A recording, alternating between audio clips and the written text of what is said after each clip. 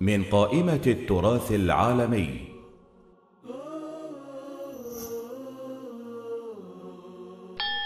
طاسيلي ناجر، الجزائر، تقع في ولاية إليزي. النوع مختلط.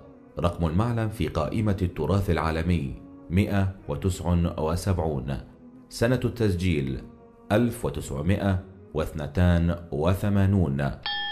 تتكون كهوف طاسيلي من صخور بركانية ورملية تعرف بالغابات الحجرية، وتوجد الكهوف فوق هضبة مرتفعة يجاورها جرف عميق. وتحتوي جدران الكهوف على مجموعة من النقوش التي تعود إلى حضارة قديمة.